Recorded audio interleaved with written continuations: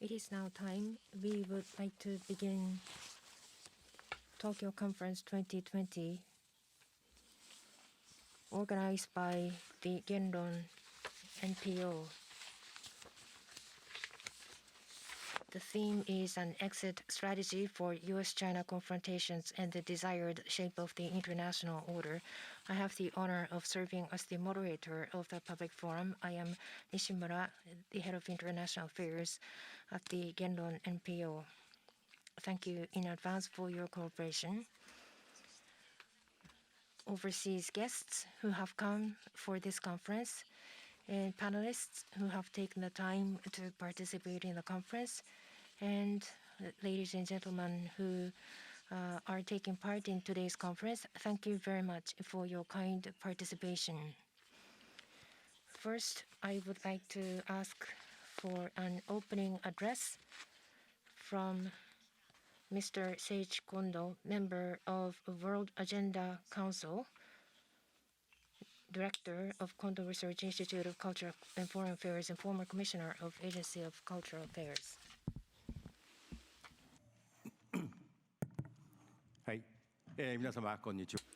Good afternoon, ladies and gentlemen. The Tokyo Conference 2020 in this cold weather and in the midst of this concern of COVID-19. Thank you very much for gathering for this conference. From overseas, we have many panelists attending this session, also panelists from domestic Japan, and I'm very encouraged to see all of you. Are we going ahead to have this conference in this environment? Well, there may have been some of you who had such concerns, but because we are in this timing, having top-level experts gathered to have a discussion is meaningful. An NPO, a small NPO organization, to think about the world and the future of the humankind, having a conference here in Tokyo and disseminating messages, that is quite significant. And this is something that we should not underestimate. So with that passion and confidence, we decided to go ahead to organize this conference as planned. Now, of course, some people from abroad canceled their trips. Also, some people from Japan also decided not to attend. But we have received video messages, and they have shown their strong will to participate in this discussion in this conference. The world has many problems. It is facing many problems. World order after the war, liberal democracy, capitalism are showing some signs of shadows. We have climate change, and negative impacts of climate change is now starting to show some conspicuous influence, and we have this novel coronavirus. So the humankind has been neglecting nature. We have sovereign states, freedom, democracy.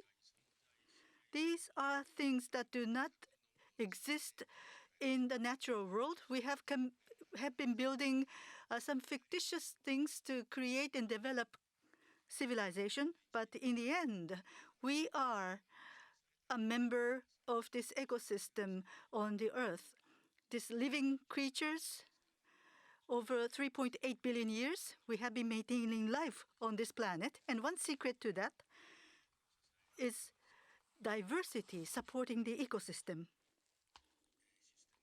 In one single system, there are risks if you only have one system to have control over everything, because you will not be able to adapt to changes in the environment. So it's important to have diversity. That is what the ecosystem is telling us. What we are building, centered around states, whether that is good or bad aside, right now, centered around states, we have the international order revolving around states, governance, creation of affluence, the mechanism of politics and economy. We have to have diversity, open diversity, for it to be allowed to continue and to be sustained. It may be a fictitious world that we have created, but there are many things that we can learn from nature. That is what we have learned from this lesson. So what are we going to do about international order? What are we going to do about sovereign state system? How are we going to deal with the confrontation between the US and China? We have to keep it open and accept and tolerate diversity. Those are the overriding principles that we should never forget. From climate change and from the novel coronavirus, these are the lessons that we have learned. COVID-19 is spreading around the world on top of the system that we have created, this globalization system. But we have to have open dialogue to use diverse systems, and I'm sure that this can be brought under control. Capitalism is showing signs of some shadow. Liberalism and capitalism, in order to allow it to be sustained, we can learn from the importance of diversity and maintaining the complexity of life form is diversity. Democracy, ideology, and capitalism, the same thing should apply. We have to have diversity. So it is from that perspective we would like to have a discussion on what to do about liberal democracy. How are we going to deal with US-China confrontation? We look forward to this discussion from enlightened persons, and I would like to see many questions and comments raised from the audience as well. And with that, I would like to conclude my initial remarks. Thank you. 近藤様、ありがとうございました。Thank you very much, Mr. Kondo. And on behalf of the organizer, President of the Gendon NPO, Yasushi Kudo, now would like to say a few words. Mr. Kudo, please.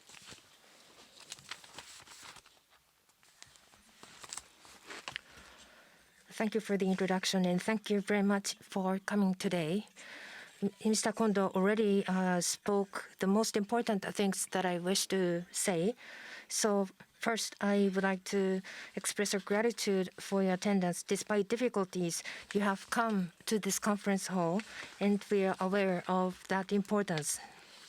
And we believe that we have to have discussion just because we are in such a juncture. And we have started discussion 18 years ago, but we have never ceased to discuss. In the face of difficulties, we must discuss and disseminate our views to the world.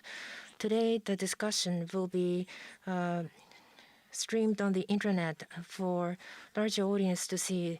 It is at such time that we have to discuss, and we have to address the very issues that are bringing the difficulties to us, and we have to address why we face these difficulties. The conference was started 3 years ago, and since around that time, we felt that freedom and democracy were under severe stress in the world. And what we felt 3 years ago is that the intelligentsia and think tanks should work together more closely to address the current dire state of freedom and democracy. I have called upon my colleagues in think tanks in Washington and other regions to organize such a conference, and they have agreed. And that is the start of Tokyo conference. It's been 3 years since. This is not just a panel discussion where people just sit and discuss. With the people in the world, we must seriously discuss how to overcome the difficulties. And we have started discussion yesterday, and we want to send the message to the world, especially to the presidency of G7. We will deliver our proposal. The presidency of G7 this year is the United States. And between the United States and China, there are confrontations. We are looking at the confrontations and about the instability that is brought about as a result of the confrontations. We would like to make a concrete proposal to overcome them. It is based on liberal democracy. We are in a free and open society, and world must cooperate to overcome these difficulties. And it is a society where that is respected. The virus problem is spreading throughout the world, and what we are surprised about is, well, instantaneously, it is spreading throughout the world.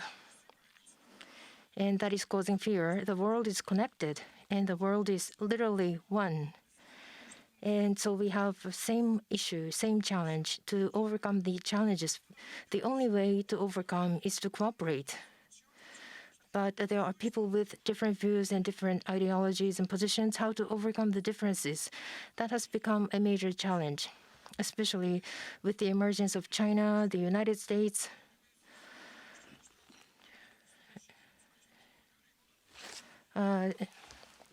Should base on multilateralism and reciprocity. And that is what Japan should also advocate. Our objective is not to exclude China, but it is to create a society that is rules-based. And we are addressing such a difficult challenge, as I'm sure all of you are. And in coordination and cooperation amongst the think tanks, that is the very issue that we would like to address. Unfortunately, although the 10 organizations out of many organizations, 4 organizations, although they are friends, could not come. And one of the organization's head is having health issues. He's running fever. And Japanese government representatives have decided not to attend starting from yesterday. But they nonetheless would like to send message to this conference. And we have received video messages. So I think we'll be sharing video messages from about 3 speakers today. But I consider that an important way of taking part in this conference. Including these messages, we would like to make sure that we convey our message to you. And the theme of today's conference is Exit Strategy for U.S.-China Confrontations and the Desired Shape of the International Order. And on top of that, we have the coronavirus situation. Inclusive of that, we would like to have discussion. And thank you once again for coming today, despite this difficult environment. Thank you very much.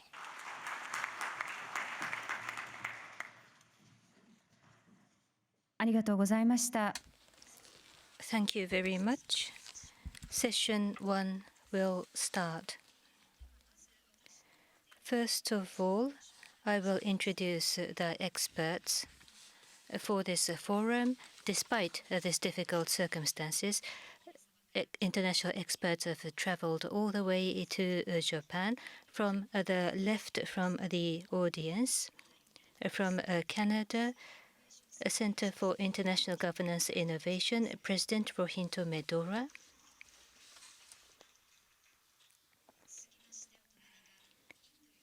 From India, Chairman of Observer Research Foundation, Dr. Sanjoy Joshi.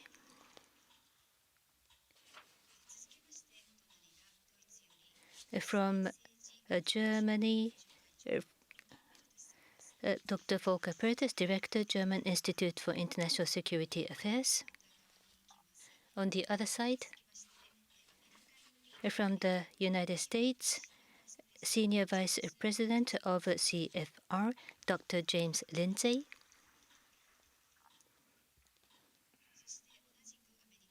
Also from the United States, from the Eurasia Group, Technology Geopolitical Director, Dr. Paul Triolo.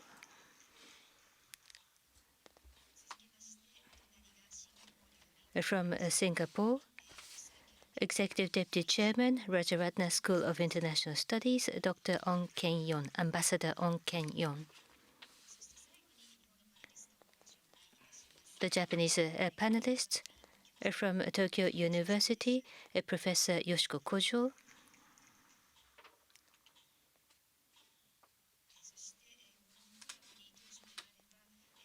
Originally, our keynote speaker was planned to be Mr. Hideki Makihara, State Minister of Economy, Trade and Industry. He is busy with coronavirus. Unfortunately, he is not present, but we will show his video speech. I will hand over the microphone to Yasushi Kudo. Thank you. So we would like to begin our discussion. The first session is about the exit strategy of U.S.-China confrontations. Where are we trying to achieve landing in terms of exit strategy? With Robin from Chatham House, he said, we are only at the entrance. It will take time until we reach an exit. but I think we have to think about an exit. So that is what we would like to discuss. And I have communicated this to Mr. Makihara, the State Minister for Foreign Affairs. So I would like to first show the video message by Mr. Makihara. 皆様こんにちは。 Good afternoon. 経済産業副大臣の牧原秀樹です。 My name is Hideki 本 Makihara, 日 State Minister 言論 for Economy, NPO Trade and の Industry. 工藤代表から I've been invited このよう by な Mr. Kudo of 世 the 界 Kenyan の NPO 知識人を代表する皆様と together with the 一緒 leading に大変大 intellectuals 切な of the 課題に world ついての議論の機会にご a very 招待を important 賜りましたことを issues 心から光栄 together, に and 思うと it's と a もに great honor to この have been 度は invited for 新 such 型 an コロナウイルス対 opportunity. 策のために And I would 急 also 遽 like 欠 to 席となりました apologize ことを for お詫 not び申し上 being げます。 able to attend the conference in 私自 person 身は because of the need to take 1971年 measures の生まれ against で the す。 novel 日本とア coronavirus. メリカ I が was born in ようやく 1971. 最後の That 占 is 領 the 地であっ time た that Japan 沖縄 and の返還 the に United 合意をした年で States す。 agreed to したが return って Okinawa to 私の子 Japan. 供の That was 頃 the は last まだまだ island 第二次世界大 occupied 戦 by の the 爪 United 痕を感 States. じるこ When と I があり was ました growing し up, I 平和の大 sometimes 切 felt さ that を there are still scars 家 of 族 the を World 失っ War た II. 悲しみや独立を We 失っ also た苦しみ valued とともに peace, and 本 we 当に felt 感じる時 sadness 代 of でした having lost our relatives in the その後 world, の in the 平和 war. への脅威といえば Those are 米 the ソ things の that 対 we 立 felt いわ back ゆ in る冷 those 戦でし days, た together with the suffering of having しかし lost independence. 1989年 The threat 私 to が高 peace 校を back 卒 then 業する was the 年 Cold War ベ between ル the リン US の and 壁の崩 Soviet 壊によ Union. り But in 真の 1989, 平 when 和 I が was 訪れる graduating ので from はな high いか school, with the このように世界中 falling が期待を of いた the しましたし Berlin Wall, 実 there was 際今日まで expectation 人 around 類 the は world that 大き true な peace 世界大 may 戦を回 arrive. 避し続 And けてい in ます fact, we have been able し to かし avoid a 中 large 国 world の war 大国としての台頭は since then. 新た But the に rise of 世界 China as 秩 a 序 major を power 揺るがす is 大 now きな a バランスオ major ブパワーの変化になっています shift in the balance of GDP や power 人口規 which 模 could shake the 技術 foundations 力 of などから world 見れ order. ばソ連よりも強大 Looking な at its パワーの台頭 GDP は and the 米 population 国に and 脅 the 威を与え technological prowess, 米国からすれば it's a これ stronger を power 抑え than 込 the もう Soviet とす Union. るのは当 It's 然 a なのか threat も to the しれま United せん States, and it's quite obvious for the US 他方 to で try to contain this 両 power. 者から挟まれた日 At the same 本 time, Japan, which is geographically 明らかに located between 自由 these 主 two 義 countries, 資本主義側というイデオロギー from our 的に standpoint, ソ連とは逆側の we are living in 立場 a に立つこ different とができた時 days 代とは異なり when we could 文 be 化 on the 的 opposite 歴史 side 的 of the 地理 Soviet 的 Union そして ideologically, 経済的に in も terms of 単に liberalism 中国をライバルように扱 We うこと cannot は treat でき China ません as し a rival. 世界的にも Culturally, 米ソ対立のような geographically, and 軍事 economically. 的な二元対 It's 立で no はあ longer り a ません dichotomy, a このような状 military, 況下で military 求められる役 dichotomy 割について like the one we 3点 saw 申し上げます during the confrontation between the 第 US 一 and に the Soviet Union. このような I 対 have 立 to 構造の mention 複雑からすれば three things. Number one, 両 given 国 the の complexity 架け橋 of や this 中国が入った形での多国間の枠組みの存在が極めて大切であるこういう考えに至りますその中で EU や日本には対立を激化させずルールに基づく自由で公正な世界の秩序づくりを担う役割がございます。第二次世界大戦後、二度と戦争を起こさないために、国際社会は国際連合を作るとともに、世界銀行、国際通貨基金、そして GATT、今は世界貿易機関などの安全保障と経済の枠組みを作ってきました。また、地球温暖化という人類共通の課題に対してはパリ協定などを作ってきました。米国にはこうした世界の自由で公正なルール作りのリーダーとしての役割こそ求められるこのことを粘り強く説得していかなければなりません。私が担当する分野で言えば国際通商ルールはまさに顕著な例でございます。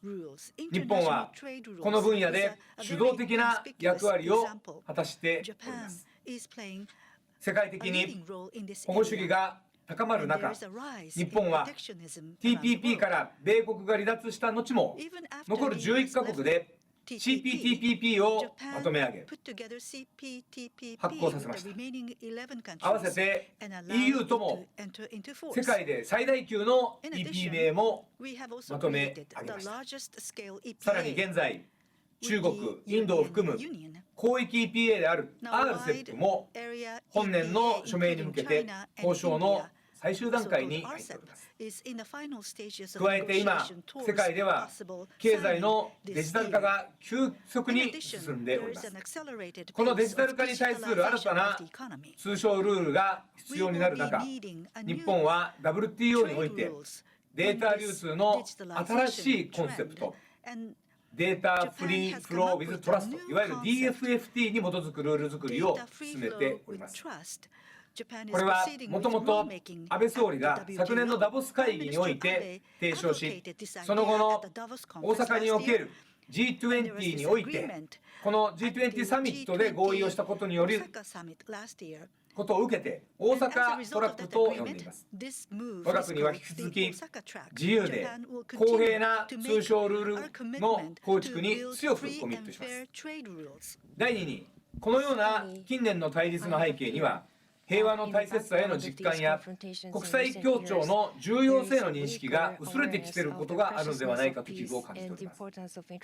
例えば人工知能、ドローン、ロボティクス、こうした最新技術を使った軍事兵器開発競争は、かつての核兵器開発競争と同じように平和、そして人類そのものの存続にすら危機を影響してしまう、こういう脅威を覚えます。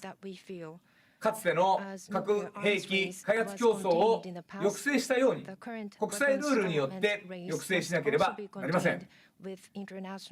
そうしなければ、腕力で世界の覇権を争うような状況が続けば、やがては第三次世界大戦につながりかねないのではないでしょうか。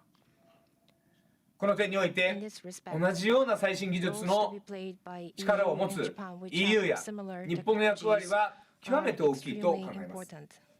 話は少し変わりますが、現在各国において新型コロナウイルスの脅威に対応する中、改めて国際協調の重要性に気づかされているところでもございます。第3に、価値観の問題です。私は国会議員としてアフリカ政策に力を入れております。現在世界の人口は77億人と言われておりますが、この時点においても EU や日本などの OECD 諸国の世界の中における人口割合は極めて低下しています。2050年には97億人、2100年には109億人と人口は予想されております。こうした中、人口が増えるのは圧倒的にアフリカの国々です。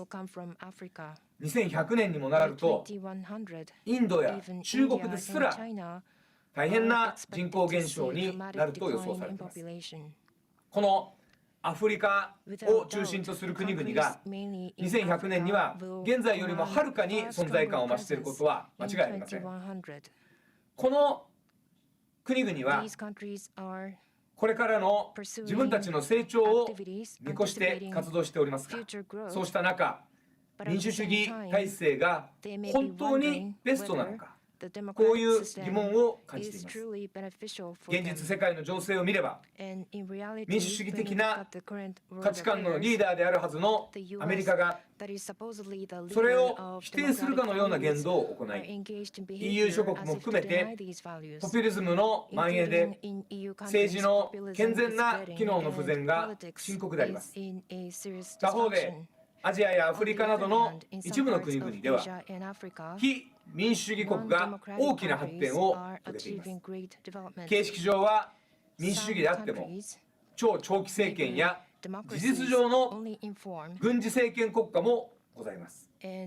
そして一部の国々は国外にその勢力を拡大しつつ、相手国の市民よりはそうした権力者に寄り添うような後押しを行い、その権力者の国内基盤を頼りに、例えば港湾のようなインフラ整備で自らの権益を固めていく、こういう手法が見られます。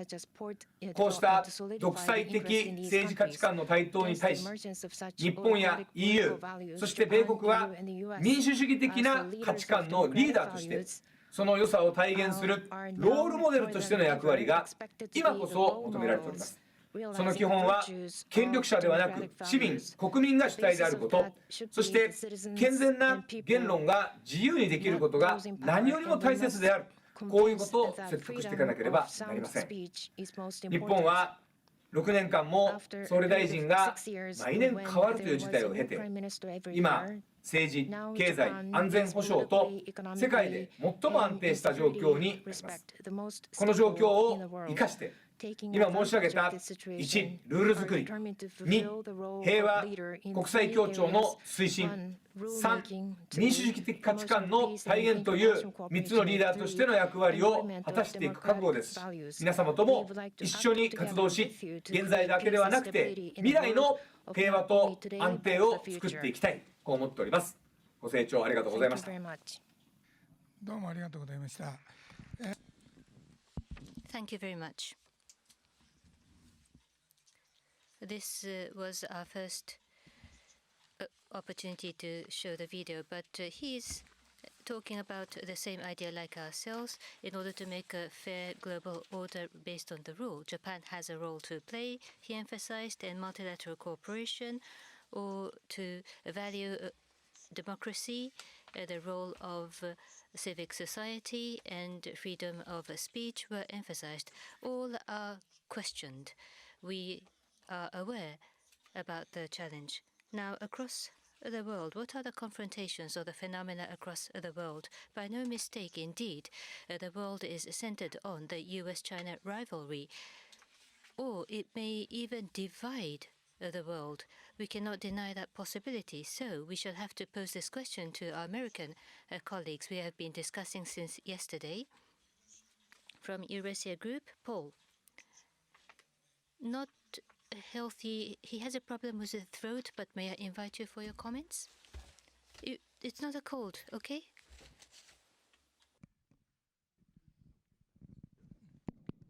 Oh, yeah. Thank you, Kuda-san. Yes, we've had, I want to thank the Genron and Kuda-san for putting together a fantastic conference. We've had some very deep discussions around these issues that were also mentioned by Minister Makihara. I think everybody talks about the need for rules and rules-based order. I think from our perspective, I deal with companies every day, and they're very concerned about the rules. They want to know what rules they're going to have to play by now and in the future. So I think it's really an important issue, both at sort of a higher level, but also at sort of a day-to-day business level. So that's where I'm coming from. So we've talked a lot about the U.S.-China technology Cold War or tech Cold War. One of our speakers earlier today used the term cold peace, which I kind of like. But I think we are in this period of confrontation between the U.S. and China. People have used the term the great decoupling or deleveraging. I prefer to call it deleveraging because I think it's really, decoupling is sort of a binary choice. But I thought I would touch briefly on the U.S. drivers of this decoupling, because both sides are blaming each other in some sense for the decoupling and for this confrontation that revolves in many ways, not only, but in many ways around technology. So in the U.S., we've talked a lot also this last couple of days about the so-called Washington consensus.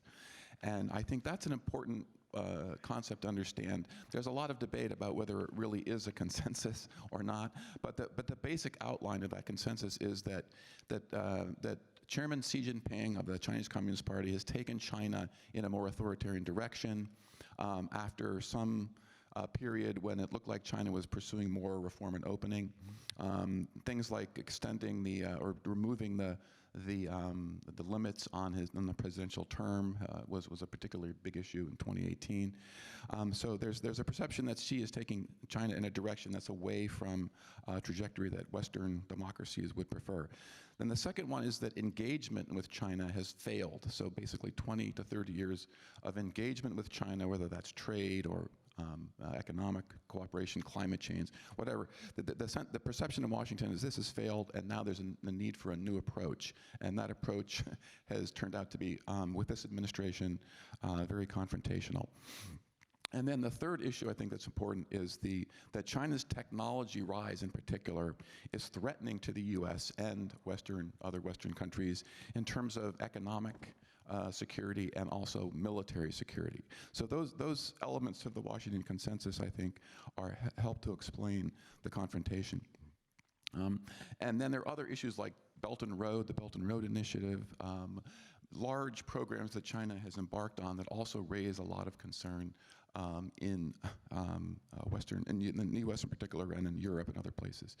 So if we look at just the technology issues, though, we usually divide those conventionally into at least 4 baskets, if you will. One is around the trade issue, and some of these concerns are long-standing. They predate this current administration, and they revolve around things like market access, subsidies, forced technology transfer, and protection of intellectual property. And as we saw with the first round of the trade talks between China and the U.S., there was some serious progress that was made. It was generally believed that it was not enough and there would need to be a phase 2, but there was some progress there. And then, of course, we had pretty quickly, we've been plunged into this crisis that we're all in the midst of with the coronavirus. But those trade issues actually were raising a lot of really important issues in the relationship. And some of those were positive, and some of those remain very challenging. But in the U.S., there's also been this sort of a new emphasis around the U.S. technology, what they call the technology innovation base, or basically the U.S. technology industry as a key strategic asset and very much part of U.S. national security. And so over the last 2 years, there has been a major movement to tighten up, for example, U.S. export controls around technology, and to enhance reviews of inbound investment, particularly from China.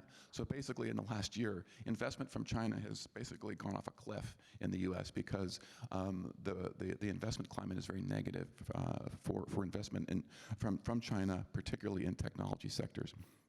And then the third thing that we look at is supply chains. So there's a growing perception that for the past 30 years, supply chains that have centered on China now represent a national security risk for the U.S., for U.S. companies, for the U.S. economy, and for the U.S. military, for example. And so that's part of the slow process of decoupling that we've seen. Some of that has been driven by this concern over supply chains, and that accounts in part for this concern over Chinese companies like Huawei and ZTE and other companies that are very dominant in their particular technology sectors. And then I think the last thing that's very critical and will be something that's going to be hard to overcome, I think, is that there's a meme or a theme in Washington that the U.S. and China are locked in a long-term struggle over advanced technologies and dominating advanced technologies. And I think that's really a critical thing. This is things like artificial intelligence, quantum computing, next-generation mobile networks. And then there's 2 corollaries to that. One is that it's a zero-sum game. In other words, if China gains, the U.S. loses. Okay. Now, there's many who don't agree with that view of things. I'm one of them. I think that that's not a very useful way to look at the situation. The companies that I work with on a day-to-day basis also don't believe that's necessarily the way to look at the problem. But the second one is also very critical, which is that China and the Chinese government and the party are using these technologies in ways that are challenging to Western values. So they're using artificial intelligence, facial recognition to monitor the population, and this is something that is of growing concern in Washington and in other Western capitals. So what has happened? China has reacted to this then through its own plan, by developing its own plans that are designed to really deleverage and decouple its dependence on U.S. technologies. So over the past 2 years, for example, in the face of some U.S. policy actions, China has taken very strong internal action to try to find out just how dependent its leading companies, its state-owned enterprises are on U.S. technology, and trying to reduce that reliance. So this is a dynamic that will continue even if we do find that landing zone that we've all been talking about in the relationship. So what is the sort of way out of all this confrontation? And of course, other countries have been drawn into this globally: Europe, Japan, Korea because of the technology supply chains are global, and the development of technology is very much a global enterprise, if you will. So I think there's two issues that we've been looking at. So one is, and I think one of the key issues is to first get to some kind of landing zone. How far should deleveraging or decoupling go? I think everybody and many on the panel agreed that some level of deleveraging was inevitable. There was a sense, though, that because China is such a central player in manufacturing, particularly, that there's a certain level of decoupling that can't happen because there's no real substitute in some cases for the capacity that China represents. So Vietnam and Southeast Asia, Malaysia, Indonesia are benefiting in some sense from this decoupling, but there's a certain limit inherent in that. So we have to sort of first find where the landing zone is to get to some sort of normalcy before we can consider sort of the way forward. And then the second part is then, what are the new frameworks or revamping the old pieces of the international order that will help to draw China into some sort of a new framework. And I think that's one of the issues we talked about quite extensively, things like revamping the WTO and looking at all the instruments of the Western liberal international order. Now, the problem with that is the challenge is to do that in a way that doesn't appear to exclude or alienate China. And I think that's the real nub of the problem, because part of the complaints China has is that it was not part of forming this world order that it has benefited from greatly, of course. And so the challenge in going forward is to figure out a way to include China. I think as Minister Makihara said, the goal is not to exclude China, but how do you do this in a way that China can buy into this new order and become a stakeholder, and at the same time reform its internal institutions in a way that's moving in a direction that of some of the best practices of the current international order. And so reforming new structures or existing structures and establishing new ones, I think, is really the crux of what we've been discussing here. And I think there was also a consensus that the China model is fairly unique. The party in China is a unique organization, and that it's not necessarily the case that China is trying to set up a separate world order based on the China model, that would be very difficult. And I think that's also, though, part of the Washington consensus perception that China would like to go against the existing world order. And I believe that that's a mistaken view of what Beijing is trying to do. So I think the challenge then is finding this third way, or this way forward, that can balance those two sort of issues, that the new structures and existing structures reformed, they need to operate in a way that attracts China into them, so that it brings together like-minded nations, but not in a way that China feels that they're ganging up on China, but it's something that China would be interested in being part of. There's been a lot of talk in China, for example, about TPP, the Trans-Pacific Partnership that Minister Makihara talked about. So there was a lot of interest in China within certain parts of the government and the academic community about how China might move towards some of the existing structures. So I think that's the kind of thing that needs to be encouraged, and that's what's been the subject of a lot of our discussion. So let me stop there. I think I've framed the discussion. I'm happy to take questions following the other panelists' presentations. どうもありがとうございました。 Thank you very much for that. That discussion just now, in many ways, it was very insightful. We were able to understand quite well what the U.S. is thinking. Now, the landing zone, I understand that there's a lot of discussion underway revolving around where the landing zone is. This rivalry between the U.S. and China, this is a struggle, but likely to be a long-term one, and that could lead to a decoupling situation. But in the end, whether China can be integrated into the framework, what we are concerned about is that, well, based on this entity list, with the restrictions on export and investment, the U.S. is asking allies to join them. So this is not just a game between U.S. and China, it's everybody's game today. So what is Japan to do? That is the question. And obviously, we have to think about China. Earlier, we had a discussion with China researchers. We invited scholars from China, but they couldn't come because of restrictions. So I'm not able to share with you views of the Chinese scholars. In some way, we want to share those views in our discussion, but this COVID-19, I believe that this is going to have a certain amount of impact on US-China rivalry.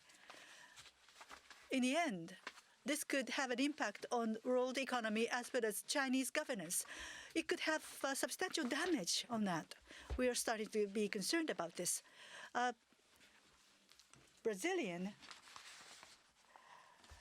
President of Getulio Vargas Foundation, Dr. Carlos Ivan Simonsen there has a video message. So let us listen to what he has to say.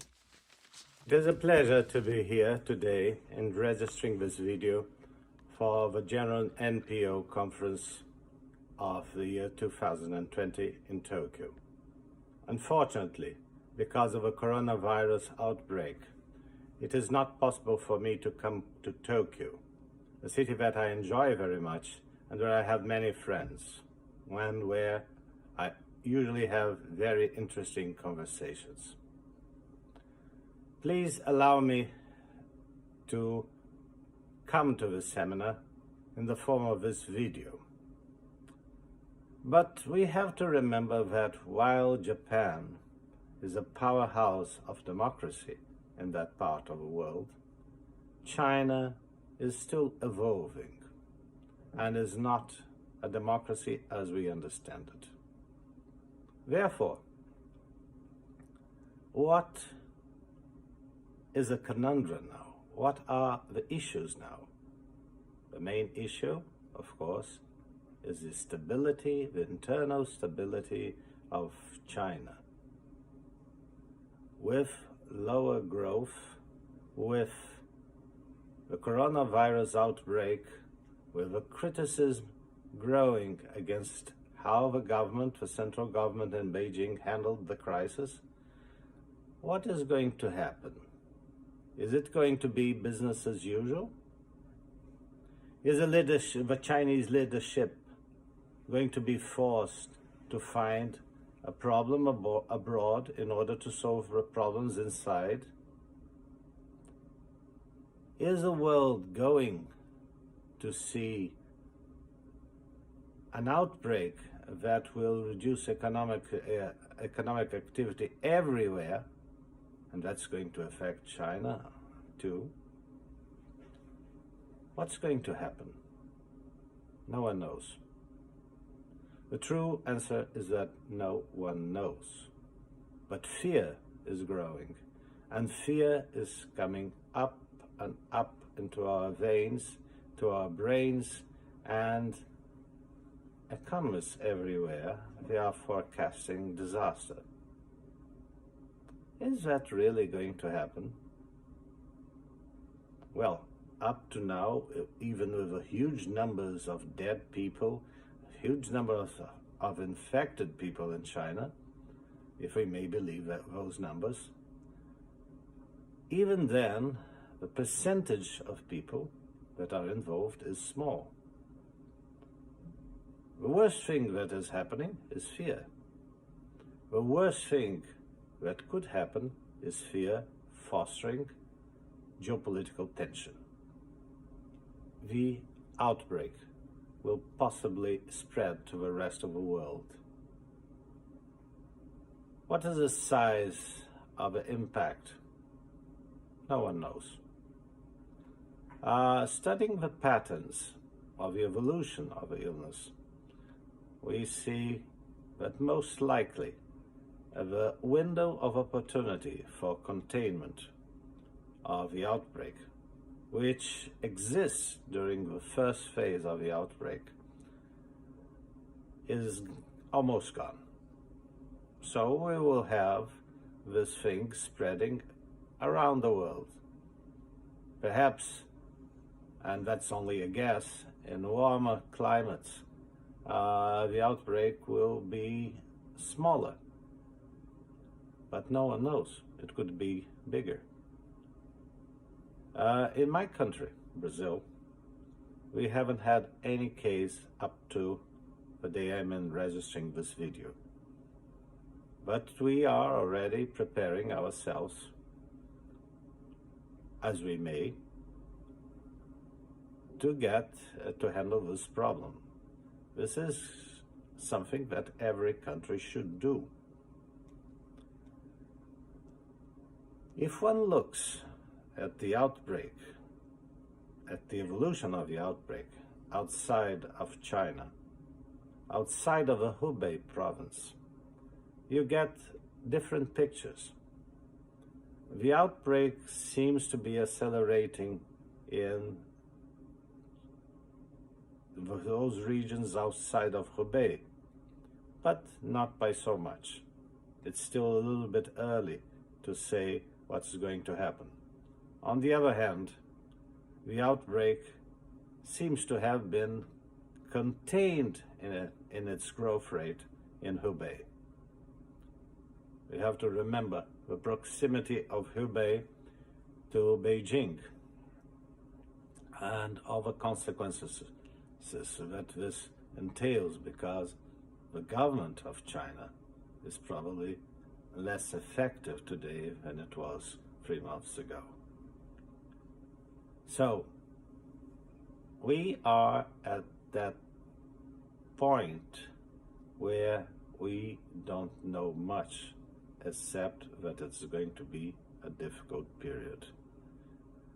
In the long run, well, the outbreak will pass. Geopolitical competition will resume. The problems are not solved. The tension between the United States and China and Japan in the South China Sea area remains, and a peaceful solution has to be found. This peaceful solution has to be built upon cooperation. Cooperation is a difficult thing when you're dealing with governments that have such a different nature. And it's also difficult when people have different views of the world. America sees itself as a shining light of democracy for the world. China sees itself as a middle kingdom. It's not a compatible thing. They will have to get more compatible in order to accept each other. So, this is what I intended to say. I believe that next year's conference we'll have much to talk, and I hope to be there. Thank you very much, and have a very good work today at Tokyo. Thank you. はい、どうもどうも。 Thank you very much. When Carlos speaks of certain things, everybody gets it very serious. Dr. Lindsay from the United States, the presidential election has already started. So the relationship with the coronavirus outbreak and the Sino-US relationship, how do you regard this relationship?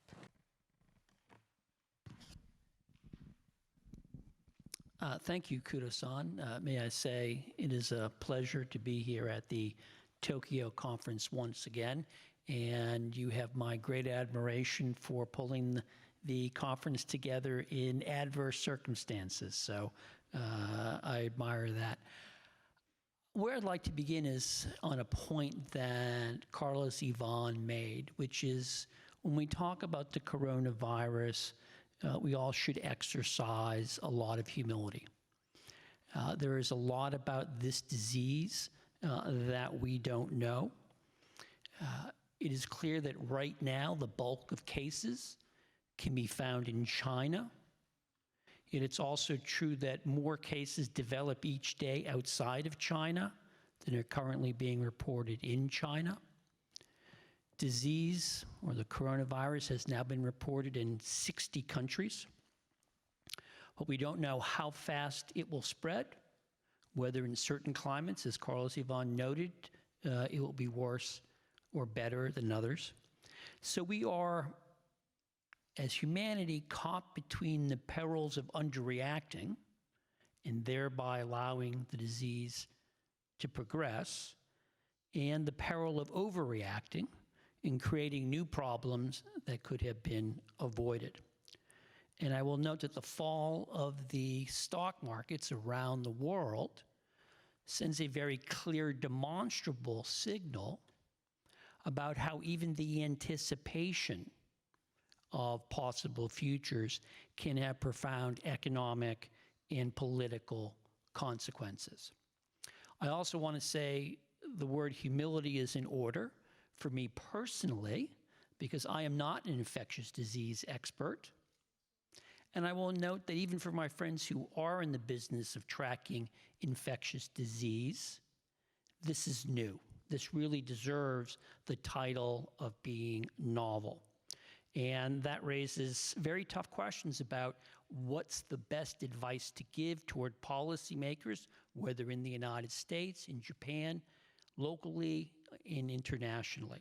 I will say that my colleagues run a web page called thinkglobalhealth.org. That's thinkglobalhealth.org that explores a lot of the issues that we've been touched on today, and I would imagine will continue in the rest of our conversation. Really what I'd like to do, given Kudo-san's invitation, is really to make three general points or things to consider about this current crisis. One is that it is very clear that it is going to test governments with potentially profound political and geopolitical consequences. The obvious test for governments is a direct test of trying to provide health care for infected people. But there's also the indirect test that will come about through the impacts on the economy. Paul very expertly talked about the issues related to decoupling or deleveraging. We obviously have great benefits from globalization and interconnectedness. It has been a rising tide that has lifted many boats, but it can also bring consequences back home. And I think one of the things many people are worried about, whether in the United States or elsewhere, is that these very intricate supply chains that have developed, which allow companies to move quickly, be nimble, meet consumer demand, what happens if one of the nodes gets disrupted? All of a sudden, you discover you have a choke point that slows down everything else. This challenge is going to test the leadership of President Xi Jinping in China. It is no great secret that President Xi has consolidated power in China in a way that no Chinese leader has since the time of Mao Zedong. But obviously, with greater power comes greater responsibility. If you are the person in charge, if you are the person is the only person who can decide, that then creates vulnerabilities if the system doesn't respond. And I think it'll be very interesting to see how internal politics will play out in China in terms of how the government handles the issue, but then also the question of what happens if the economy really does slow down and can't seem to regain energy. What are the consequences there? But it's not just China. I mean, I look and note that a country that's the third or fourth most cases in the world is Iran, a country that is already under significant U.S. sanctions. Its economy has contracted. There's deep-seated unease in the country with the ruling regime. Now you add on top of it a disease that, at least early on, the Iranian healthcare system does not seem ready to deal with. What are the consequences of that? What happens in Iran if that situation exacerbates existing divisions within society? And Kudo-san wants me to tell him how the coronavirus is going to affect the outcome of the U.S. presidential election. And let me quote my good friend Carlos Iván, "I don't know, and nobody else does either." It is unclear how it is going to play out. It is obvious it is now an issue. People are talking about it.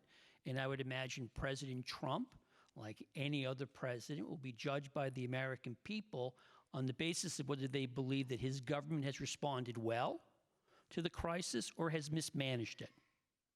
If presidents are seen as responding well even to tragic events, think George W. Bush with the attack of September 11th, they can prosper and do well. On the other hand, if a president is seen as mismanaging a crisis, again, think George W. Bush with Hurricane Katrina, it can greatly damage president's political standing and ability to get things done.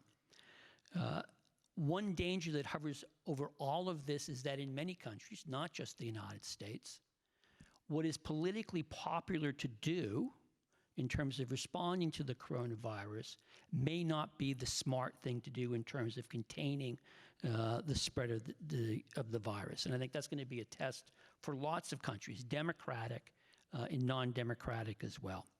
Second point I would make about the coronavirus is that it is going to test international organizations and global cooperation. The obvious organization to be tested is the World Health Organization. Many of you may recall that in the aftermath of the SARS crisis of 2002, 2003, there was a lot of soul searching about how the WHO had failed. This led to the production of the so-called International Health Regulations, the IHR. They were released in 2007.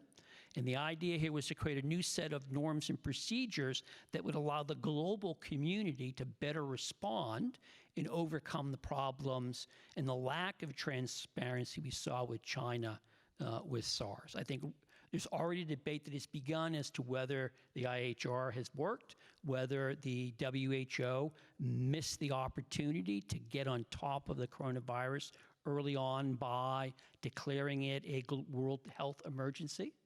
Again, I did a lot of criticism saying the WHO chose not to do it because it did not wish to offend Beijing, which is a significant member of the WHO. But it's not just the World Health Organizations. If the coronavirus does take root in countries with minimal or hard-pressed health systems, think Nigeria, think Pakistan.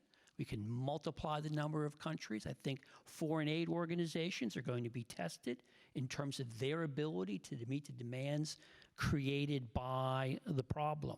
And you even have the potential, if it turns out to be severe enough, that you begin to see virus-induced migration as people leave places where they feel they're going to be infected and seek to go elsewhere. What will be the consequences of that? Third point I want to make, and this gets back to the question of U.S.-China relations, is that the coronavirus is going to test relations between Washington and Beijing. Let me say first off that there's actually a lot of opportunity. There's actually some really good news. And I think some of the opportunity really is in the area of science. And I will note that Chinese scientists sequenced the genome of this virus very quickly. That's a testament to how much biology has developed in recent years. But what is interesting is the Chinese made it available to other countries early on without having to be browbeaten into doing it. But now we get into issues of, we can have cooperation on things like better test kits, which would be great if you could identify with a very high accuracy early on whether that cough is because of the coronavirus or just an ordinary cold or the flu. Think of how that could help health providers handle the issue. Beyond that, there's going to be the question of vaccine. Is this a virus for which a vaccine can be found? I don't think, as I understand it, that you're going to get a vaccine next week, next month, or the month after, but it does raise the issue if you can get a vaccine sooner rather than later, then you would have a way technologically to, one, break the chain of transmission, but number two, I think address the issue that Carlos Ivan raised, which is fear of the unknown. Because now all of a sudden it goes from being a disease that no one can control to one that can be stopped, and that can change the conversation overnight. Fear can give way to hope very quickly. I tried to give you the positive case. Let me now give you the fact that besides there being opportunity, there is very real danger in the coronavirus. And that is a danger that it will play into existing divisions and fuel current tensions. I think if the coronavirus does turn out to really take root into the United States, it has the very real chance of making very dramatic what coupling actually means. If you think of sort of the challenge of dealing with this health threat, I will note that almost all surgical masks in the United States are manufactured in China. Nearly all ventilators and respirators, machinery that are essential in dealing with people who have the worst forms of the disease, all made in China. Many U.S. medicines are manufactured, the ingredients are manufactured in China. So all of a sudden, if the Chinese decide not to share because they're using this to address their issues at home, or if there's a perception that they're not sharing what they have, all of a sudden you can imagine seeing escalating tension that will play into these broader issues that Paul so expertly talked about a few moments ago. I would also note that the fear of this virus can fuel the competing nationalisms in both countries. In our earlier conversation with Chinese experts, they noted that in social media in China, there have been allegations that this virus was cooked up by the Central Intelligence Agency and unleashed on the Chinese as part of an effort to contain China. Likewise, I can tell you there have been people in the United States arguing that this virus was cooked up in a weapons lab in Wuhan, and it was one of these experiments that got loose by accident. And again, you now have fear coupled with something we've never had before, social media, which has an uncanny ability to have bad news and fake news drive out true news. I'll just end by saying that I think we are potentially heading into uncharted waters. Now, the outcome of the coronavirus is by no means preordained. I don't want to say one outcome is much more likely than another, but I do think it becomes important in a situation like this that views be aired. I want to give a shout out to Kudo-san for having the Tokyo conference precisely at this moment where a lot of people are full of fear, because it is important to have that dialogue when people are most likely to want to not listen. All I can say is I hope at the end, whether in Japan or in China, the United States, Brazil, Germany, wherever, that our policy makers listen, learn, and choose wisely. リンデさんどうもありがとうございました。 Thank you, Dr. Lindsay. You have covered a very broad scope. Now we have heard from 3 panelists. They have raised issues. Now I would like to collect more opinions. This is not just a confrontation between the United States and China. The response to coronavirus infection is also testing the ability of the world. But this is a common enemy, common challenge, and there should be international cooperation and multilateralism. This is a very important challenge that can be addressed through international cooperation, but things are not that easy. We are in a very complex situation. Now, on this side of the stage, Dr. Rohinda, please.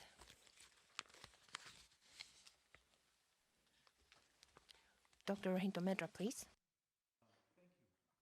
Could you turn on the microphone?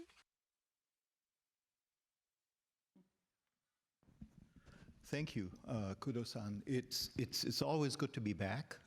I've been at these, like Jim, every year that you've had them, and they keep getting wider, deeper, and more topical, for which I thank you all. Let me address what I think is at the heart. Is my microphone cutting in and out? Or no, it's good. Is what is at the heart of Kudo-san's question, which is how is the COVID-19 situation testing our capacity for multilateralism? And my sense is that you don't miss something until you really need it. And we're in that situation where, much as we might have critiques of various international organizations, we have to say, would we be better off without having a global health agency? Now, we might be better off having a better one or a different one, but given what we know, would we be better off not having the WHO? And the fact is, it is the only agency we have. It has been quite underfunded over the years, and so some of the critiques of its response have to be also seen in that context. Some days ago, there was a piece in a global publication comparing the way the IMF deals with financial contagion and how the WHO deals with health contagion. And it's interesting because, in fact, the word contagion has been borrowed from the health field by the economists. And the fact is, you need good data, which both the IMF and the WHO sort of struggle to get. You then need really good analytical capacity, which international agencies mostly have. And then the third thing, and this is where I think there's a difference, is you need the resources, sometimes the massive resources, to intervene and turn the situation around. And when it comes to financial crises, we don't seem to think twice about empowering a global agency to intervene in relatively few weeks with $40, $50, $60 billion packages accompanied by policy reform. And you have to ask yourself, what's the equivalent that we're willing to do in the case of health? What is the equivalent that we're willing to empower the WHO to do in our name? And might the difference in the way we treat financial contagion from health contagion have to do with the ownership structure of the two agencies and the fact that the IMF has a traditional post-war imbalanced shareholding structure where a few countries still manage to call the shots, while the WHO is a much more amorphous and messy organization in that way. And so I think governance, power, history kind of go together, and we confront that. And so we have to ask ourselves, what kind of multilateralism do we want, and what makes the difference? The second thought that occurs to me on the question of global cooperation more broadly is, who do you choose to talk to and who do you choose to have relations with and or not? And it's often a given in international relations that it's important to talk to your friends, but it's even more important to be able to talk to the people you don't get along with. And I think about that in this context as well, is would we be better off if China had been ostracized from the global community? Are we better off by having Iran completely ostracized from the global community and seeing how COVID is playing out in that country with a weakened public health system caused by years and years of sanctions, with many countries, including mine, Canada, not having diplomatic relations with the country? And so we don't even have eyes and ears to understand what's going on there. And so I think in many ways COVID-19 is a wake-up call to say this isn't about loving everyone you have to deal with. This is only about understanding, as the minister said, and as Kudo-san said, there is only one world. And as we see with COVID-19, as we see with other aspects of globalization, things cross over quite quickly. And so we have to understand that we're all in it together. And if we're all in it together, then we have to, in a sense, have the rules or at least the process in which everyone belongs. And that we have to be able to talk to each other, as we do here, but especially with people with whom we don't see eye to eye. So I'll stop there for now. Thank you very much. I think it's wonderful that this discussion is involving Dr. Volker. Dr. Volker, can you share with us your views? The same question to you. Well, let me try, even though I would say almost everything has been said, and particularly what Rohinton just said about the not by everybody, but everything. What Rohinton just said about the importance of having an international organization rather than not having it.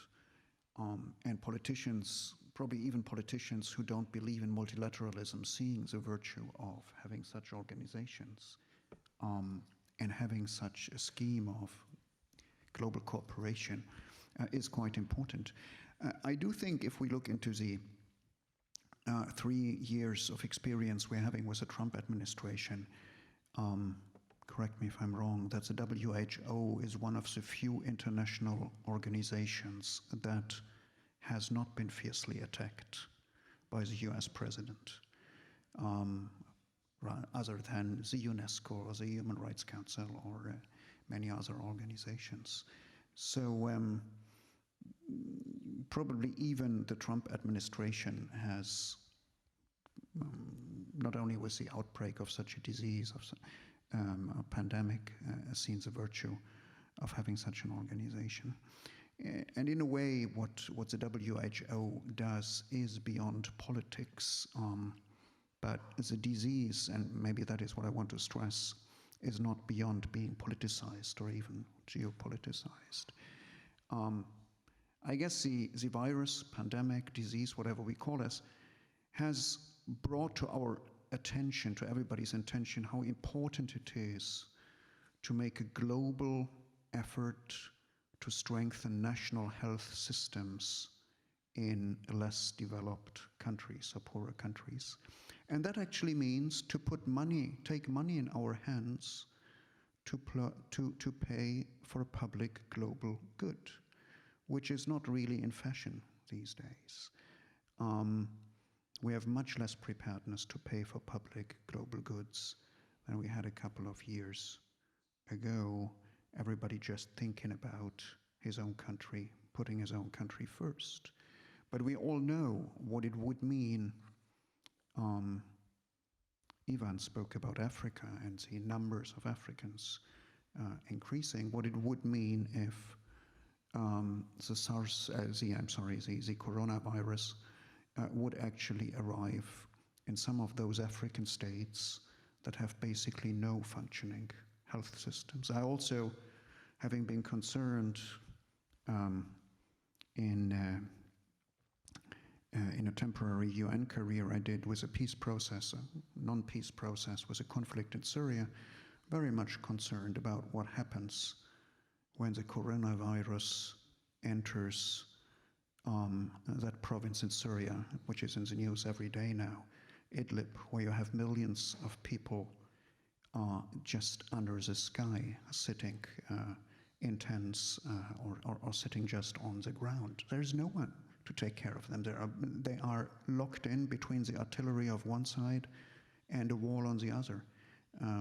So some people could even think about just letting the virus loose, not doing anything about it to solve a problem and to use it as a weapon. So that is, of course, a worst way of politicizing a virus and a pandemic. But I'm not sure that societies in war or states in war are beyond doing that. I also think that we have witnessed, even in what we would call developed states, a significant lack of solidarity when we had the first news of that virus breaking out in China. And it was particularly in China. For the first 4 weeks, it was all about China.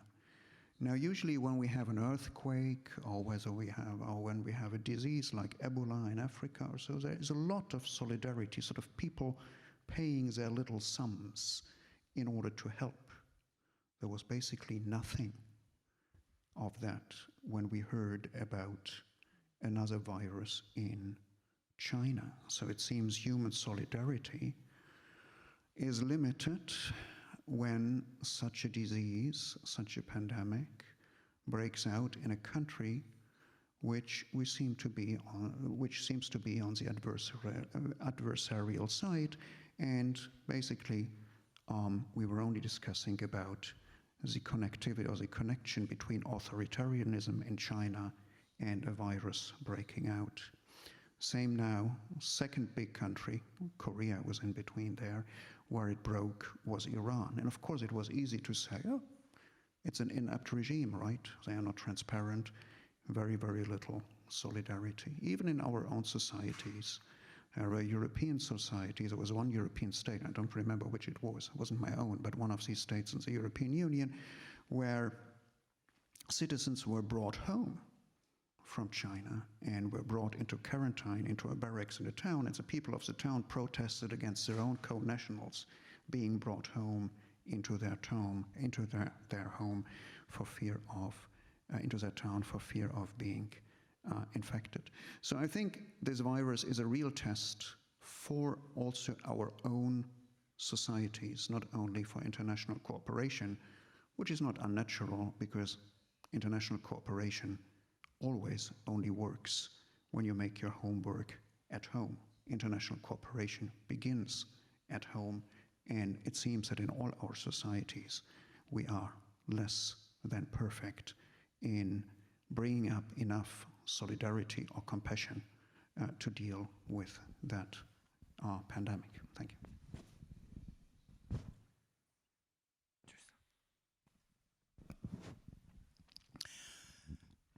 Thank you, Kudo-san, and let me commend you for your decision to go ahead with this conference at this time and have so many people here who were brave enough to come and listen to all of us. We insisted on participating because we felt it was important in the light of just what you've heard across all the panelists.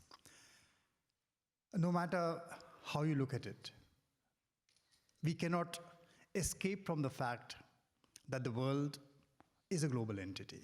I mean, the coronavirus is one example which proves it, that borders really don't matter as far as virus is concerned. And there's so many other things which keep reminding us all the time. There are bits and pieces to the globalization puzzle which may be points of friction, but then there's so many things which must, and the coronavirus is one of those which must bring us together. Carrying on from what Volker was talking about, and a very important point he raised. How does it test the resilience of societies and relationships across societies? And that is a fundamental moral question which the world needs to confront and answer. There is, of course, the need for transparency. James spoke about it, the need for transparency in data sharing, need for transparency in coming out with the facts well in time, well in advance, sharing knowledge about incidents like this. That is between nations. Within nations is equally important. And much of the criticism that has been arising within countries, such as Iran, within countries such as China, has been that many citizens have not been trusting the information and the data which has been put out through official channels. So citizens need to trust their governments. And that also brings us to the second pillar of, but this whole Genron NPO conference, which we do every year, is built upon. That also fundamentally shows that, like it or hate it, democracies are the way forward.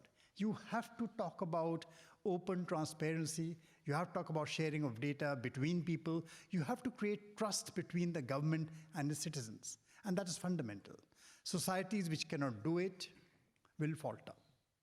And society, the only way to go forward is to build that kind of society, that trust within societies.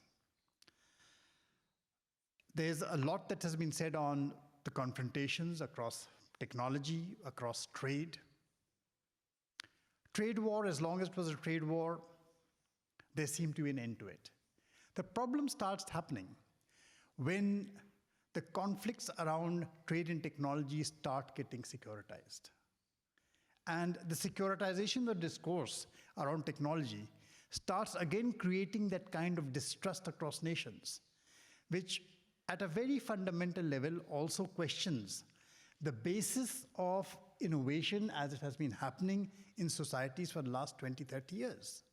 So no, if you look at how innovation has progressed, whether it be in biotechnology, whether it be in battling diseases, innovation has fundamentally progressed through the strength of large, multidisciplinary, diverse, multicultural teams.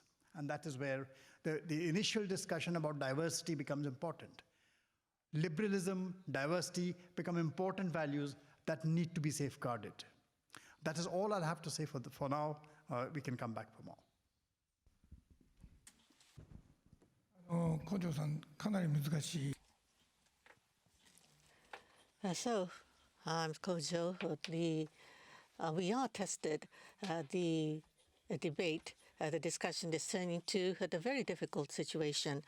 Between sovereign states, there has been confrontation and conflict that existed. And there is the risk of decoupling and division happening all over the world. So, how to deal with this borderless issue, the international issue, and how to strike a balance with the conflict amongst and between the sovereign states. And as the political scientist says, how to deal with the realpolitik. And it is very, very difficult to try to strike a balance. But we are questioned of this very issue. So I would like to hear your take on this. As I listen carefully to the panelists' comments, I believe they have come up with all sorts of different answers.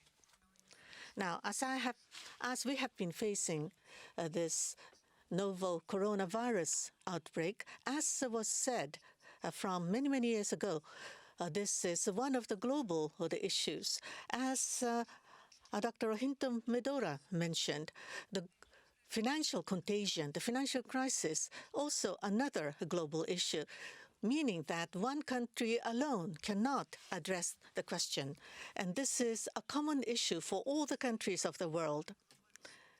And on global issues, collaboration, cooperation must be done. So a global issue to be resolved, and that would be where lies the global commons.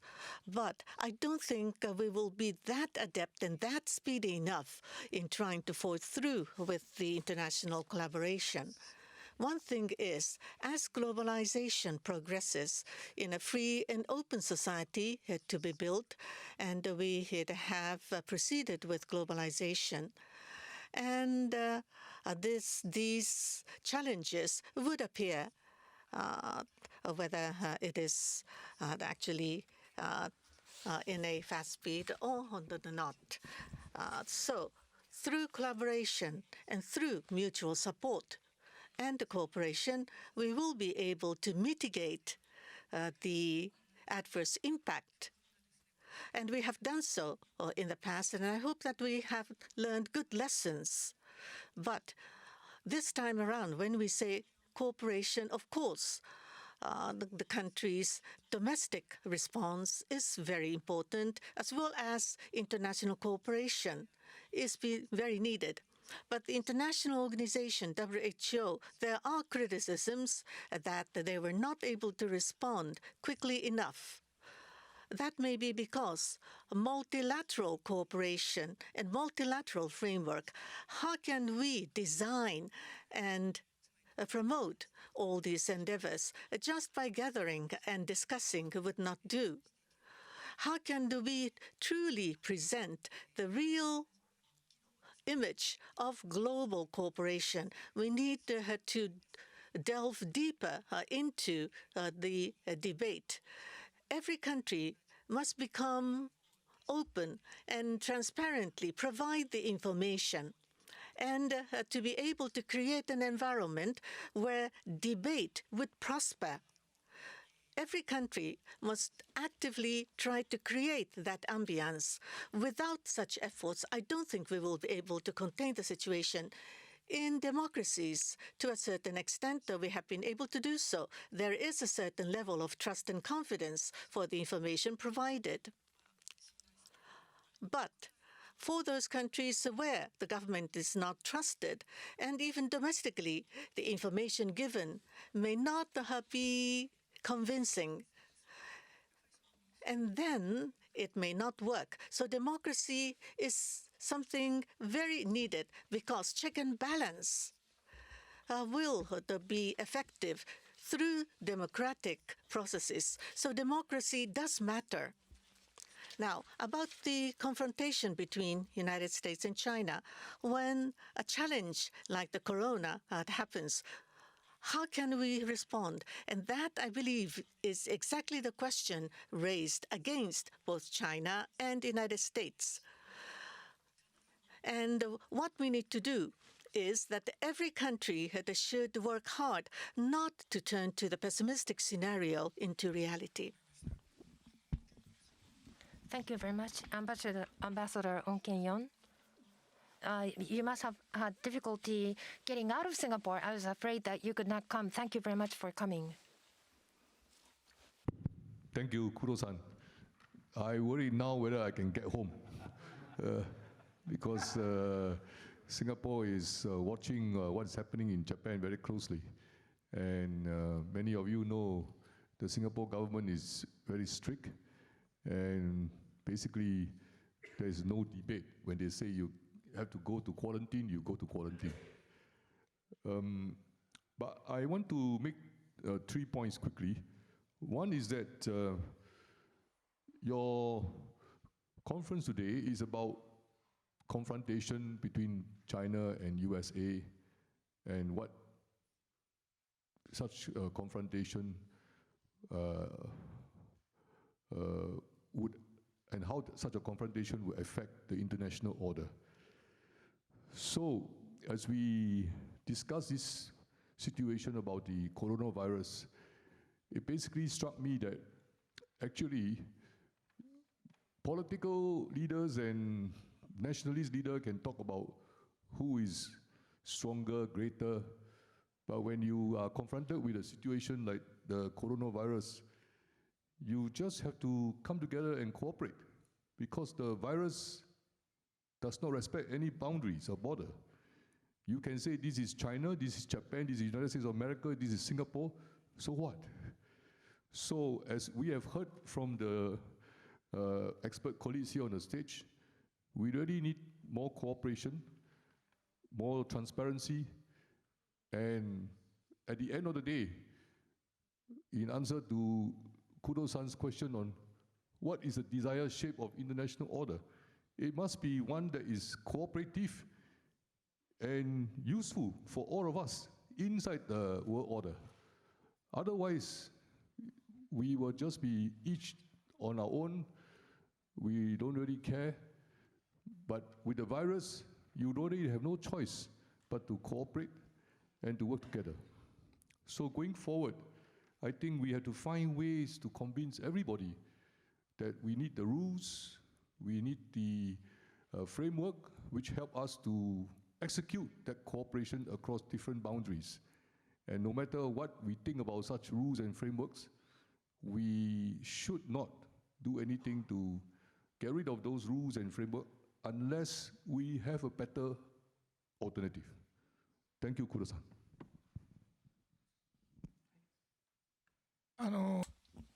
Possibly, this coronavirus, we have to bring it under control. It's still spreading, but we have to bring it under control. Once it is brought under control, this needs to be verified thoroughly. This has to be reviewed thoroughly.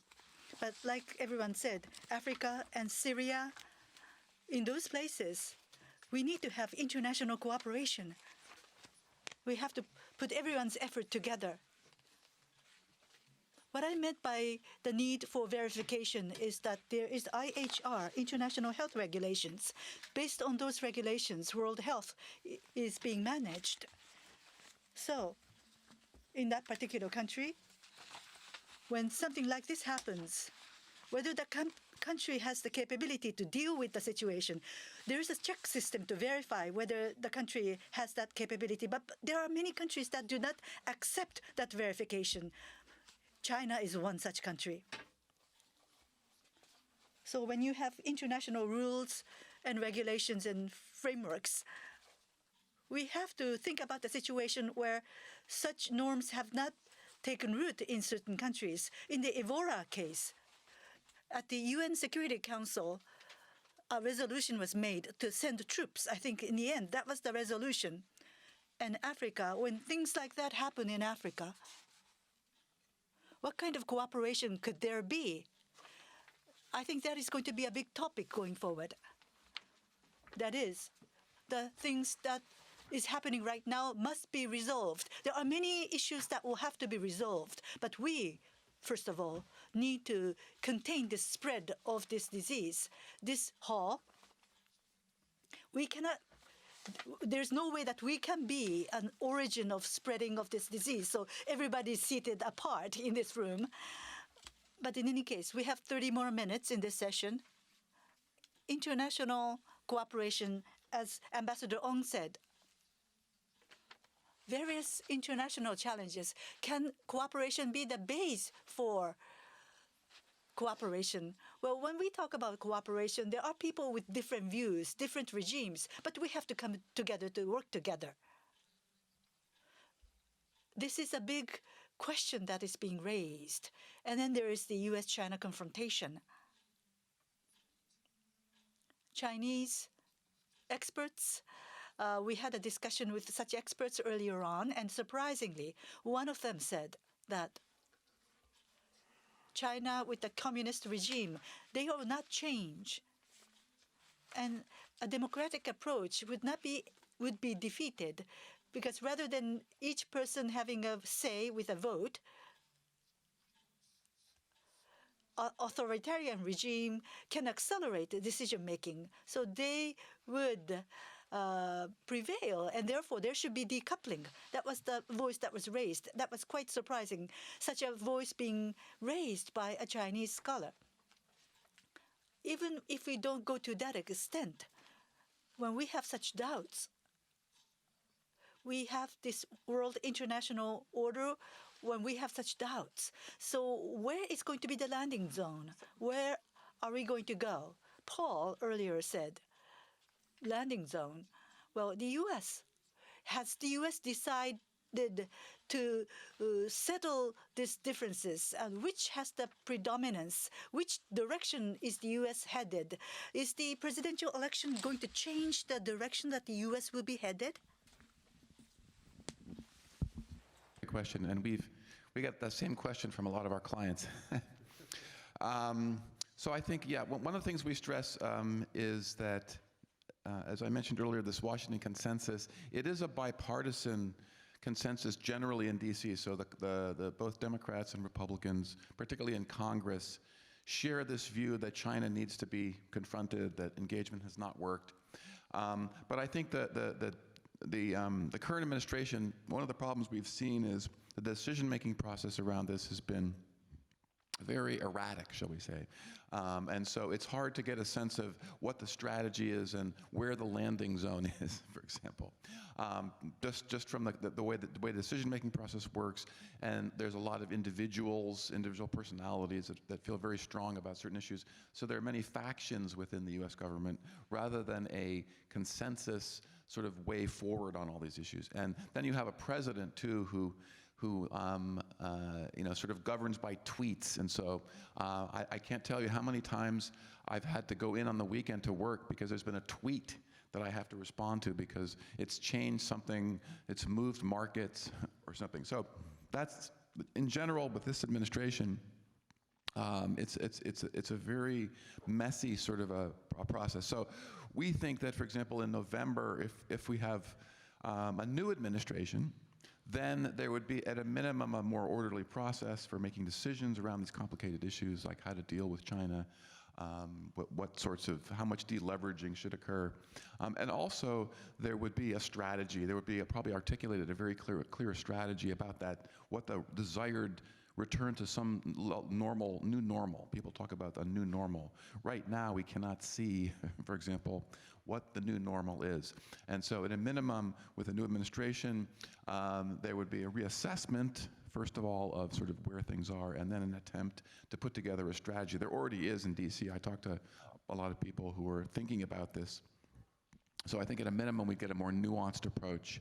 And also, of course, the main thing is that, a new administration, a democratic administration, would want to work with allies like Japan and reaching out to the EU. This administration has been very focused on sort of unilateral, bilateral trade deals and has not always involved its allies in those discussions. So I think that would be a major change in the way forward. But I think there's still this sense that China should be confronted, that the trade issues that the questions I raised about the trade issues are still operative.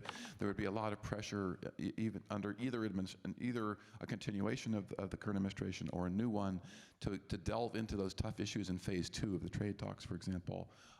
Things like subsidies and market access, issues around data governance, which we haven't mentioned before but are really critical. So I think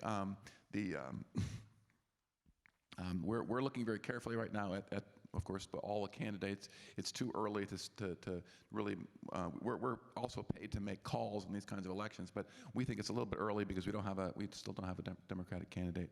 But I think, again, at a minimum, we would have a more mature decision-making process and reaching out to allies. If we get 4 more years of the current administration, then we're going to be looking at some muddling through and continued chaos and more uncertainty about getting to that landing zone that we're all looking for.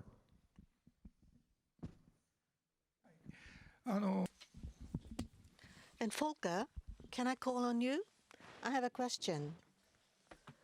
Earlier, State Minister Makihara, in his video speech, mentioned that we need to involve China. We need to create a mechanism involving China. In other words, the exit for the conflict between US and China is not to exclude China, but trying to seek ways for coexistence, rule-based, fair market, and society needs to be created, and Europe and Japan needs to cooperate with the United States. So what is the view from Europe? How do you regard the Sino-US confrontation, and what would you think should be the end goal? There are many export control and transaction control that has been imposed by the United States, but inclusive of that, could you give us your take from Europe? Well, thank you, Kudo-san. First, of course, we are generally unhappy with the confrontation and the heating up of the confrontation between the US and China, because we have the impression that we cannot control it.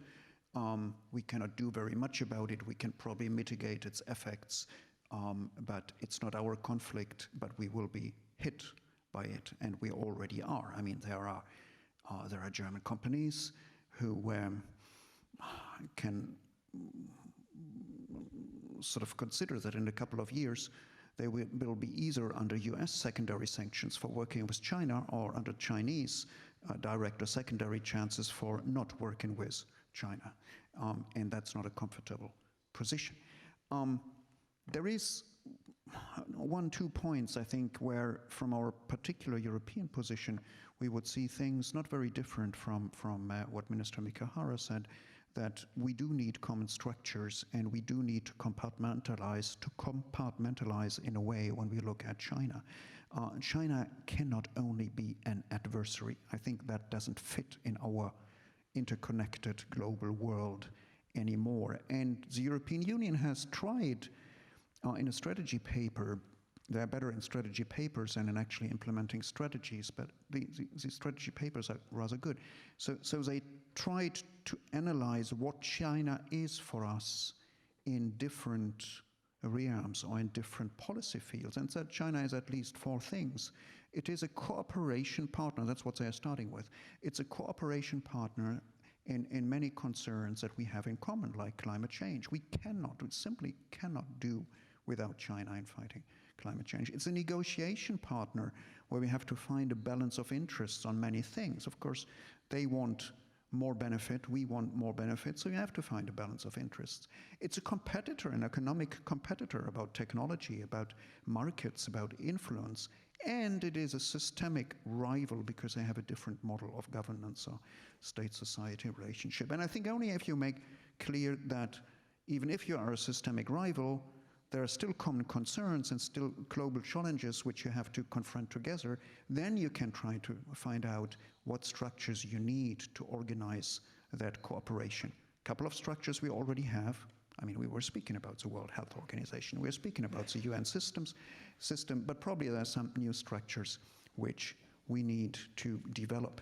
One European answer, and I will take the last minute to put the European answer in a question to our Japanese friends, actually.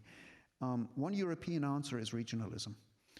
Strengthen our own regions, strengthen the European Union and probably the European Union together with some of the countries in its neighborhood, because we think that if there is a global confrontation between two giants, the best for us is to build a very, very strong regional community.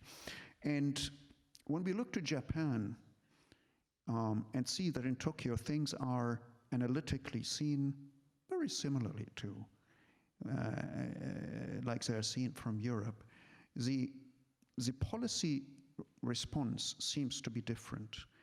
I don't see too much of Japan reaching out to Korea or to the Philippines or to Japan to try to strengthen a regional community and sort of create your own stronger weight here in the region in order to prevail between China and the United States, not giving up good relations to anybody. The ASEAN states are doing that. They have no other chance because they are smaller states, smaller economies. The Europeans are doing that, even though they are a bit weightier in terms of economic weight. And I wonder whether Japan and Korea and others would start doing that too.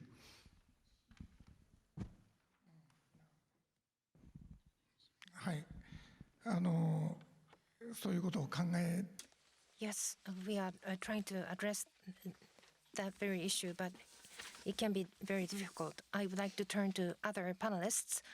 Dr. Rohinton, the same question. The purpose of this conference, the exit of U.S.-China confrontation, and the how we can coexist. The exit, the goal should be the coexistence. Can that be conceivable? In order to achieve this, what do we have to work on now? So I would actually echo what Volker said on exit, that the exit has to be framed in terms of what kind of world do we want to live in, visualize it, and I suspect if we all did, we'd have a fairly similar vision, and then go, to achieve that vision, do we engage with China or do we pick fights with it? And my guess is that for most of that, and he gave the example of climate change, I'd add one more, global financial stability, where China and Japan are the top two foreign buyers of US debt. There's a reason for that. If China stopped playing ball on that, we have one more source of instability globally. So I think you add up all the things we've talked about, COVID-19, we've talked about climate change, we've talked about financial instability. These are all things in which we want China in, not out. And then I'll add one more, which is the forward-looking one that Paul hinted at, which is, and the minister talked about, the digital economy. We currently have two areas in which it's not as if we have rules that don't work and we don't like them. We don't even have rules because these issues didn't exist when the current rules were made 50 and 60 years ago. I'm talking about intellectual property and data. We need some kind of mechanism, just the way we came around in San Francisco and in Bretton Woods to create the rules of the game that then created decades and decades of stability and prosperity for the world.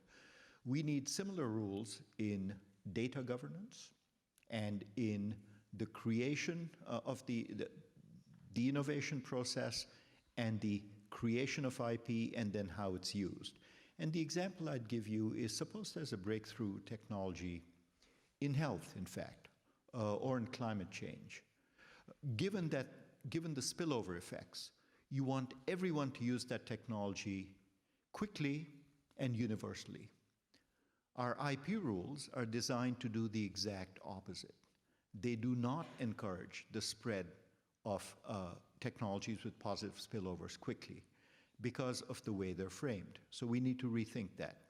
Our data rules right now are balkanized. We have a state-centric China zone, we have a firm-centric US zone, and then you have ostensibly a citizen-centric GDPR European zone.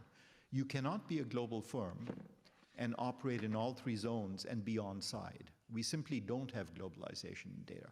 So what I'm saying to you is if we need rules of the game going forward on things like data and IP, we need China in. If we want rules of the game on things that are traditional, like finance and health, we need China in. I'm not seeing any scenario in which we can proceed and land to the welfare of us if we don't have China in.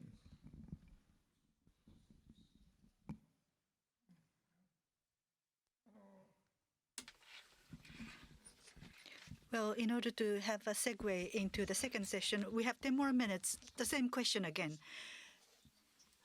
Given the current situation, technical development or AI, it's progressing so fast, and there are no rules in place. Yes, that is true. So rules must be developed, and that work becomes very important. And I agree with that view. And the EU and Japan and various people must work together. Yes, I do agree with that. Now the exit. Josh, what does it look from you? From your perspective, Dr. Joshi, how does it look? Or what is the Indian perspective? This confrontation leads to more unstable world where it's going to deteriorate? Or is it possible to visualize a world of coexistence? In order to achieve that, do we have to work very, very hard? At this particular point, I would say that we are, like all of us sitting here, stuck in a dilemma. And the dilemma simply framed is that the rise of China and the rise of many other countries, including countries like Vietnam, Bangladesh, parts of India, was a direct consequence of globalization. They progressed, and countries annihilated poverty in large numbers. China was the best example, lifted 500 million people out of poverty through the benefits of globalization. Now, when globalization starts being questioned in the very centers which promoted it in the first place, when globalization starts getting questioned in Washington, D.C., what does the rest of the world do? How does the rest of the world respond? Now, that is eventually the way out of the dilemma is that the conversations between countries who see themselves as part of those value chains, who see that those value chains, once you have joined them, it's not so easy to disentangle them. For example, look at what is happening today with the novel coronavirus. China's supply chains getting disrupted affects the manufacture of generics in India. So pharma companies in India are today having problems manufacturing generics. Now, if generics are affected, then of course a lot of other issues crop up in the health environment. So China today, yes, is an inseparable part of global value chains, including American global value chains, European value chains. So to start saying that you can have a decoupled world for today is not possible. So people who believe that you will need to go ahead, and there I place Japan in a very, very, very critical position, a very important position for the future of the rest of the world and the way we proceed with how it is to come together again. There is no option. The world, I keep on saying, needs more of globalization, not less of globalization. Whether it is data regulation, whether it is climate change, talk about it, world trade, everything needs a more globalized world. And Japan, as a pacifist nation, the other countries are far more confident of Japan intervening. Japan is seen as a fair player, a fair arbiter in many of these things. So yes, countries are looking at Japan, whether there are issues within the RCEP, as far as India is concerned. There are issues within the RCEP, because as far as the RCEP is concerned, in the long run, India wants to be signatory to the RCEP. But immediately, yes, there are problems because the RCEP configuration, the way it is at the moment, trade in commodities, trade in manufactured goods is open and liberal. Trade in services is where the problem arises. And India, as everybody knows, is an economy which is strong on services. It is not so strong on manufacturing and goods. So India gets into a disadvantageous position. Now, many of these issues will need to be sorted out, where I think countries like Japan can play a very constructive role in resolving these issues. But yes, we need to couple, not decouple.